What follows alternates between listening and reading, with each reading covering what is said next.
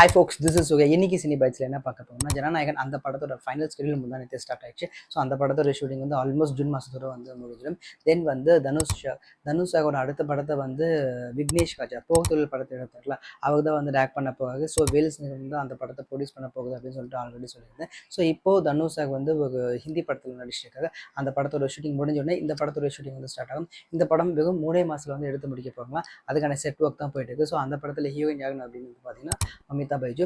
தென் வந்து சூர்யா சார் அவங்க வச்சு ஆர்ஜே பாலாஜி இப்போ படம் எடுத்துட்டு இருக்காருல 45, அந்த படத்தோட டைட்டில் வந்து வேட்டை கருப்பு அப்படின்னு சொல்ல போகிறாங்க. ஸோ அஃபிஷியல் அனௌன்ஸ்மெண்ட் வர வரைக்கும் வெயிட் பண்ணி பார்ப்போம். தென் AK64 அந்த படத்தையும் அதுக்கு தான் வந்து டேரக்ட் பண்ண போகிறாங்க. ஜிவி தான் வந்து மியூசிக் பண்ண போனால் அப்படின்னு சொல்லியிருந்தேன். ப்ரொடியூசர் யாருன்னு வந்து பார்த்தீங்கன்னா அதுவுமே AK63 ப்ரொடியூசர் தான், மைத்ரி மூவி மேக்கர்ஸ் அவங்க தான் வந்து ப்ரொடியூஸ் பண்ண போகிறாங்க. தென் கார்த்திக் சுப்புராஜ் அவர் வந்து அடுத்த படத்துக்கு வந்து சித்தாரா என்டர்டைன்மெண்ட் ஒரு தெலுங்கு ப்ரொடக்ஷன் ஹவுஸோட வந்து சைன் பண்ணியிருக்காங்க. மேபி அவரோட அடுத்த படத்தோட ஹீரோ வந்து ஒரு தெலுங்கு ஹீரோவாக இருக்கிறதுக்கான வாய்ப்புகள் இருக்குது. வெயிட் பண்ணி பார்ப்போம். இன்னைக்கு சினி பைட்ஸ் அவ்வளோதான். அடுத்த சினி பைட்ஸில் இன்னும் நிறைய நியூஸ் வரும். அது வரைக்கும் தேங்க்யூ, பாய்.